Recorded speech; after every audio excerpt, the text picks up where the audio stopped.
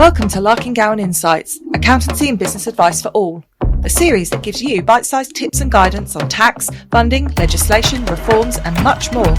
With case studies, business advisory and sector specials and even interviews, our team of experts are committed to helping you navigate the world of accounting and finance, with a variety of presenters from across our specialisms. So, let's get on with today's show. Welcome to this special mini-series, Beyond the Barn, the Business of Farming. I'm your host, Laura Clayton, an assistant manager in the Farms and Rural Business team. In each episode, I invite a different guest to share their expertise on an array of different business topics that affect the farming and rural community. We cover tax, obviously, legal matters, succession, inheritance, and much more. We go behind the scenes of how we support our clients and hopefully give you some tips along the way. On this week's episode, I'm joined by my colleague Gilly from our VAT team, and we're going to talk to you about all things VAT. Hi Gilly, please could you introduce yourself? Hi Laura. So as Laura says, my name's Gillian McGill. I am a director in the VAT team here at Larkin-Gowan, and I have been working in East Anglia for longer than I care to remember, specifically dealing in VAT matters. So unsurprisingly, I quite regularly come across issues that are facing the agricultural sector, particularly when you're doing something a bit unusual or new, so not your bog standard farming activities. I think it's safe to say there's some definite quirks for VAT and for our farming clients, so it's great to have you on. If we could take it back to some sort of basic stuff, in terms of record keeping for our clients, what do they need to be doing? So I think the rules for VAT are probably fairly easy to read across to tax more generally. We need to keep records for at least 6 years. So by records, I am meaning, from a VAT perspective anyway, some proof of the income that you have received. So that would include your bank statements, but also invoices that you've issued. If you have any self-billed invoices, so those might be sales that you have made where your customer issues you with the invoice, you need to keep those as well. If you want to claim any VAT back, and let's face it, you're going to want to, you're going to also need to have VAT invoices for your purchases. If you don't have VAT invoices, perhaps because they're a small item that you've bought, I don't know, in a shop or some kind of retail outlets, then at least having the receipt to back up that you've actually incurred that spend. Because if and when HM Revenue and Customs come and look at your VAT registration, that's exactly what they'll expect to see. If you don't have it, it can cause problems, not least because it will give them the impression that you're not taking your duties and responsibilities seriously as a taxpayer. So there's a lot there to remember, but it's all quite simple stuff and just making sure it's a bit organised. Yeah, it just needs to get in a good routine. And the same for preparing accounts, I guess. If you've got a system where you basically keep everything and make sure that you can evidence everything, that's a great starting point. And it helps us out as accountants too, because we often have a look at the VAT when we do the accounts, just to sort of see if it all looks right and pick up any errors. So if that system's there, that does save us a bit of time too. Absolutely. One of the common questions I get asked is when the client does have an invoice, sometimes there can be 2 dates on it, a tax point and invoice date. What is the difference and which one should they be looking at? Okay, so we have lots of concepts that are peculiar to VAT, I think, one of them being tax points, definitely. What we're looking at is setting the tax point, as that will determine which VAT return that particular transaction is reported in. So we've got a lot of different potential tax points, hence why you've maybe seen different dates on invoices, Laura. The first being your basic tax point, and that is when either you've supplied the goods, so you've made a sale of something physical, or when you've completed the services. So that may be if you're doing some contracting, when that particular contract arrangement has come to an end. Those dates will be your basic tax point. So whenever that falls, that will tell you which VAT return to include that transaction in.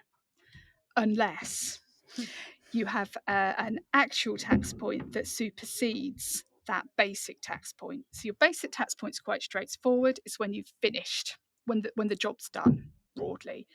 But if you have got a VAT invoice or you have been paid, even if it's a deposit, in advance of that point in time, that's going to bring forward when you have to account for the VAT to when that actual tax point arises. So it could accelerate when you have to account for VAT on those transactions. So it can make quite a bit of a difference then. It can, especially if it moves you from one VAT return to the next. It's obviously going to give weeks of difference. And if we have put it on the wrong VAT return, so we're a bit early, what do we need to do to correct that? Well, strictly, it's an error because HMRC are expecting the right amount of tax to be paid at the right time. If you've paid early, though, I can't see them getting terribly excited about you having given them the money too soon. If you're putting it on too late, though, strictly you should be making an error correction to put that in the right return. Happily, though, if that error is less than £10,000, you can just adjust it in your next VAT return. You don't need to tell them particularly and draw their attention to it. So, Can be rectified easily at least. yeah, exactly. If you breach that 10,000, so if you've got like one big error or even a number of errors that accumulate to being more than 10,000, then I think that's the time to speak to you or one of your colleagues, Laura, about how to best handle that with HM Revenue and Customs. Yeah, because we can absolutely advise and assist with that. And the forms can be a bit tricky at Yeah, times of those as well. yeah, and there are better ways of presenting errors than others that So can being clever help. about it always Yeah. helps too. Please, could you sort of tell us the difference between sort of cash and invoice VAT, as that's another common theme I sort of see pop up too. Yeah, so you can apply, or I should say opt to operate under cash accounting. So obviously everything is then done just on payment and receipt and as the cash flows between your business and your supplier or customer. The benefit of that is that you effectively get automatic bad debt relief. So if somebody doesn't pay you, you haven't accounted for the VAT on that income because you haven't received it. If you're not in cash accounting, by default, you'll be on an invoice basis. So you will raise an invoice to somebody, perhaps you're charging them VAT, and you are accounting for that VAT on that VAT return. As you've raised a VAT invoice, that's created a tax point, you're going to put it through your VAT return. If that person doesn't then pay you for a number of weeks or months, obviously you're funding the VAT during that period of time. So that might be problematic. So it really does depend on your circumstances and what you do, what option could be best for you. Yeah, absolutely. I think invoice accounting and invoice VAT reporting just takes a little bit more administration, perhaps. Cash, everybody's a bit more comfortable about where they are and what they need to do. I do sometimes see clients do the best of both, Oh, which is not always the best plan. no, it's one or the other. You have to take your choice. Yeah. And dare I mention the flat rate scheme?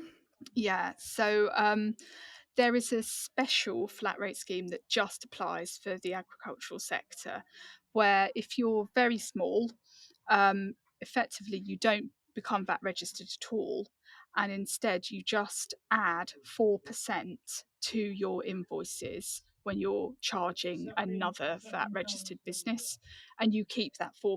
So you've increased your price by 4%, but that's your 4% to keep. Unlike if you were VAT registered normally, you'd charge 20% and then hand that 20% over to HM Revenue and Customs. Now, the reason why you get to keep that 4% under the agricultural scheme is because you can't claim any VAT on your expenditure. So it's kind of compensating you and saying, well, we think you'd be able to claim, I don't know what the magic number is to get to 4%, but we think you'd be claiming some VAT on spend. You're not going to claim that, but instead we'll give you the right to keep this 4% additional charge on your invoices. Now, there are particularly small limits for using that scheme, though. And if your farming turnover exceeds £150,000 in a year, you can't use that scheme. So that is really quite small, I think. And there's also a limit on your non-farming activity as well. That has got to be below the VAT registration threshold of 90,000 in a 12-month period. So it is only really relevant for very small businesses, but for them, it may well work. that is assuming they're not incurring lots of expenditure on big items of kit, because then that VAT is just a cost to them. Yeah, I can't say I've seen it. Well, I think maybe one client I know that has it, so I don't see it too often at all. But No. and it's quite strict, like say, strict criteria for it to be met. Yeah, there are. And I think with farms having to increasingly diversify as well, that those limits just don't work for them, especially if they're having to invest in that diversification as well and incurring expenditure on those matters. And talking of diversification, I think I'm seeing this a lot now. A lot of our clients have got multiple income streams, not just the one. So some sales now are 0, some are 20. They're not all the same. Please, could you run through what income attracts what rate of VAT? Yeah. It's not straightforward, Laura, which I guess is what keeps me in a job. So perhaps I should be grateful for that, although I do appreciate for clients that's not such great news. The position is that everything is subject to standard rate, which is currently 20%. We've had 17.5%, 15% in the recent past, but 20% at the moment, unless there is a particular piece of legislation effectively that takes it out of being subject to the standard rate. And we have a lot of provisions that help out farming here. So the 0 rate that you mentioned applies to sales of food and foodstuffs, basically. So it will help to 0 rate things like your wheat and barley sales, and also animal feed will be 0 rated as well. What the 0 rate is, in my mind, is the golden ticket, because you're not having to charge VAT to your customer, but you're not prevented from recovering any VAT on the costs that relate to that particular income stream. So it's the best of both worlds. Then you've got the exemption, which is different from 0 rating. And the VAT exemption applies to lots of different things, but in the agricultural sector, it's largely land related. So if you are renting some excess land to somebody for their use, the income from that rent will be VAT exempt. Same as if you have got a residential property that you're letting on a short hold tenancy, that income will be VAT exempt. So you're not charging VAT to your customer, but because it's exempt rather than standard rated, you can't claim the VAT back on the costs of that income stream. So that's the downside of that. When you've got that kind of mixture of exempt income and income that's subject to VAT, whether at 20%, 5%, or 0%, you have entered the world of partial exemption, which can be really complicated for our clients to get their heads around and administer. Yeah, it's not a term that excites me too much. As you say, it's very complicated. Would you mind just talking a little bit about that?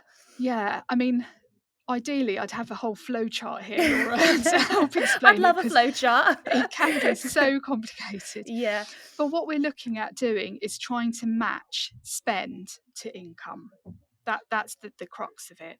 So if you've got spend and VAT on that spend, on your inputs, and that spend relates directly to something that you're doing which generates you standard rate or 0 rate income, you can claim all of that VAT back on the costs. Marvellous. If you've got spend and VAT on spend that relates to exempt income streams, you can't claim the VAT back on those costs. And then you're going to have a kind of mishmash of costs in the middle. So things like advisory fees, accountancy fees, perhaps expenditure on your farm site where you've got both exempt letting and standard rated and 0 rated activities. And that is going to go into a big pot in the middle that you have to apportion in order to work out how much VAT you can claim. And that's what partial exemption is all about. I think you hit the nail on your head when you said it's a bit complicated, but I think it's worth pointing out that we are here to assist with that as well with our clients. It isn't straightforward. It isn't, but I think coming back to your first point, Laura, the key to it all really is having really good records, because if you haven't got that information to help you to attribute your costs to what use they're being put to, it's going to make calculating your VAT position much, much, much harder. And I think the nature of our farming clients, there is quite a lot of our clients that have got a mix of these pots as such. So I think HMRC will be aware of this. So it is really important to get it right. Yeah, definitely. It's something they would look at and check that is being undertaken every year. Yeah, thank you. Another common question I get, actually, this is probably the top one I get asked all the time, is what can I claim VAT wise on repairs to my farmhouse? Okay, so yeah, this is such a potentially controversial topic that there is actually HM Revenue and Customs specific guidance just on farmhouses, because clearly it's in a bit of a grey area, isn't it? Because there aren't many sectors where the living space of the business owner is so intrinsically linked to the business itself.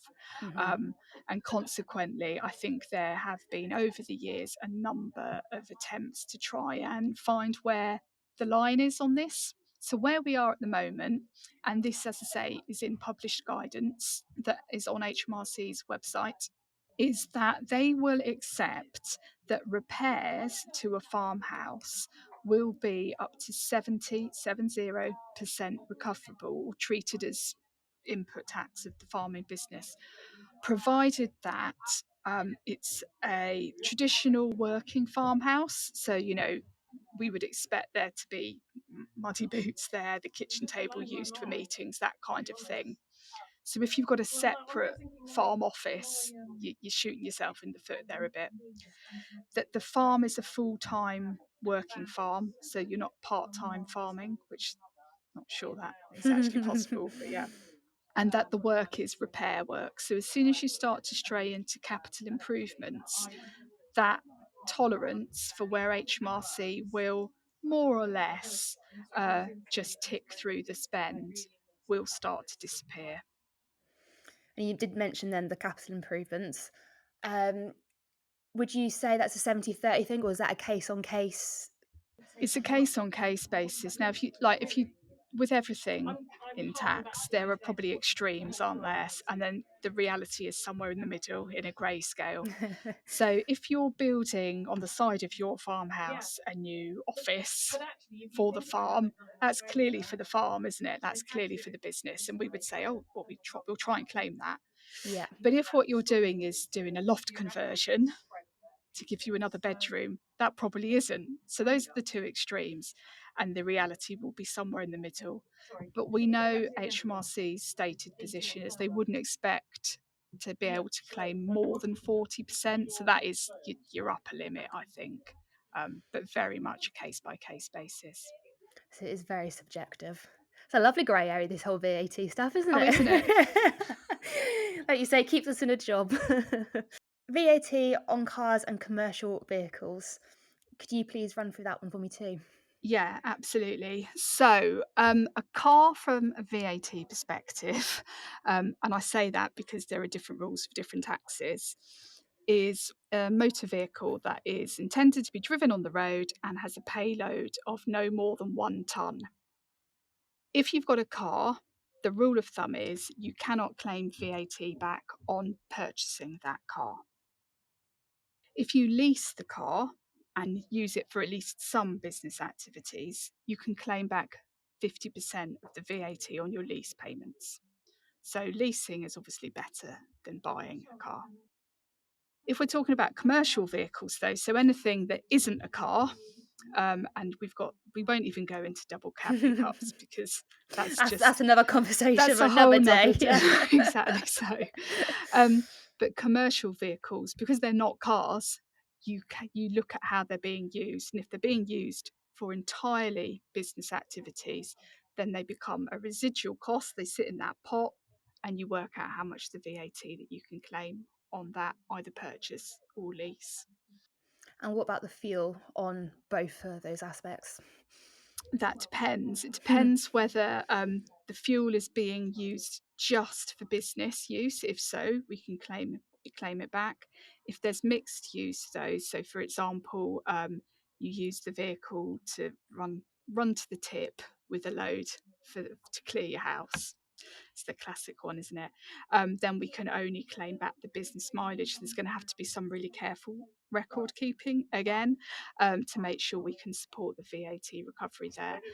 And the key thing, again, that we keep coming back to, Laura, is that you're going to need a fuel receipt when you fill up your vehicles. I mean, obviously, if you've got your own red diesel store, that's not going to be the case. But when you go to a pump to fill up, you're going to have to ask for a VAT receipt every time so you can support the VAT that's been incurred on fuel. I know I have some clients that don't put through a car fuel scale charge at all just because they feel that it's not worth it because they have too much private use. So again, another very subjective area to sort of yeah see what they're doing. absolutely. And if the benefit of claiming the VAT outweighs the hassle factor, then that might be the decision you make. And then finally, my other last sort of top question I get asked is private proportions. I have a lot of clients that will put through light and heat, other rates, all sorts that have an element of personal and private use. What should they be doing to the VAT on those items? We need to do some kind of apportioning to reflect the fact that there is a non-business use of some of that cost. If it's non-business, you can't have that element of VAT back. Now, how you're going to apportion that is again, it's going to be quite subjective, isn't it? And it's probably going to depend on exactly what the expenditure is. So I know we've had some conversations about solar panels. So when you're putting photovoltaic panels on a farm building, and that electricity is going to supply the farm unit, but also the farmhouse, there's going to be some private use there. We're going to have to make some kind of restriction on how much of the VAT we can claim, or account for VAT as a charge on the amount of private use that there is. So it comes with lots of complexities. There's definitely a theme here of subjectiveness, that is for sure. Yeah, I think that's right. So although we've got like the rules, and they're pretty hard and fast, where you fall in those rules and how they actually apply to your particular activities comes down to knowing your business really well, and how well that you make sure your accountant knows your business as well, and then together you can come up with the right answer for that particular farm. Great, thank you. And lastly, being in the VAT department, you must see quite a lot of errors and different kind of transactions. What common VAT mistakes do you make, and how can our clients reduce their risk to these? I think partial exemption is one where people can just not appreciate they need to do partial exemption calculations, so that will always come with a problem. We also see not so much errors, but HMRC are definitely upping their workload and looking at repayment returns. And obviously, farmers are quite often, if not always, in a VAT repayment position. Because HMRC are on a revenue raising mission at the moment for government, they are starting to look more at repayments. So making sure you've got that evidence to support your VAT repayment is really important, and making sure that you're comfortable that you have calculated your VAT correctly before HMRC start picking holes in it. It's really important. So being accurate, and if not sure, if in any doubt, come speak to one of us. It's best to get it right than not. Yeah, absolutely, because this is what I do all day, every day. I don't expect anybody else to have the same level of attention to VAT as I and my team do, just like I don't expect you to know everything about what I do. I don't know everything about what you do. That's the benefit of working at Larkin Gowan, that we can involve the specialists and speak to people at the right time, make sure we're getting our clients the right advice that suits their circumstances. Well, thank you very much for your time, Gilly. There's definitely been some very interesting points and insights there. And if any of our listeners have any questions or queries, please do get in touch. Our contact information will be in the show notes. Thank you for joining us for Larkin Gowan Insights, Accountancy and Business Advice for All. Don't forget, you can find more information about today's topic and more about how our team of experts can help you in your business by visiting our website larkin-gowan.co.uk. Join us again next time for another fascinating insight into the world of accounting and finance.